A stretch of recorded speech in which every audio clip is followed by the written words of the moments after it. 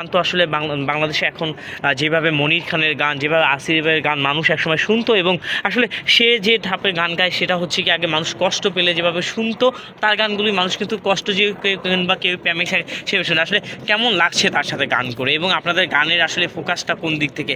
অনেকে আছে রোমান্টিক গান করে, অনেকে আছে কষ্টের গান করে, আপনার কোনটা এটা? আকাশ ভাইয়ের সাথে এর আগেও আমার কাজ করা হয়েছে, সেটা আরো 2 বছর আগে। উনি বরাবরই আমার পছন্দের একজন শিল্পী, পছন্দের মানুষ তো অবশ্যই। তো 2 বছর আগেও লাজের মাথা খেলা শিরোনামে আমাদের একটা গান আছে, এটা বেশ জনপ্রিয়তা পেয়েছিল। এরপরেও আমাদের আরো কয়েকটা কাজ হয়েছে, আমার একক কয়েকটা গানে উনি মিউজিক কম্পোজ করেছেন। এইবার হচ্ছে আমরা আবার একটা ডুয়েট গান গেয়েছি। গানটার 2 মিনিট এত সুন্দর গানটা লিখেছেন হচ্ছে সোহেল খান ভাইয়া, উনি আমাদের ভীষণ পছন্দের। বর্তমানে বাংলাদেশের যত ছোট বড় শিল্পী আছেন সবাইকে উনি সুযোগ করে দিয়েছেন। তো সেই জায়গায় গানটি ভীষণ সুন্দর, আপনারা শুনেছেন, বুঝতেই পারছেন। আপনার কণ্ঠিকটা আমরা সেটা যদি 1 মিনিট ভাই, শেষ ভাই।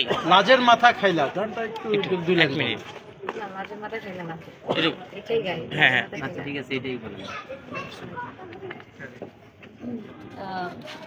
আমার যদিও আমি বলি ঠান্ডার কারণে হ্যাঁ, ওকে, আপনি গান খারাপ।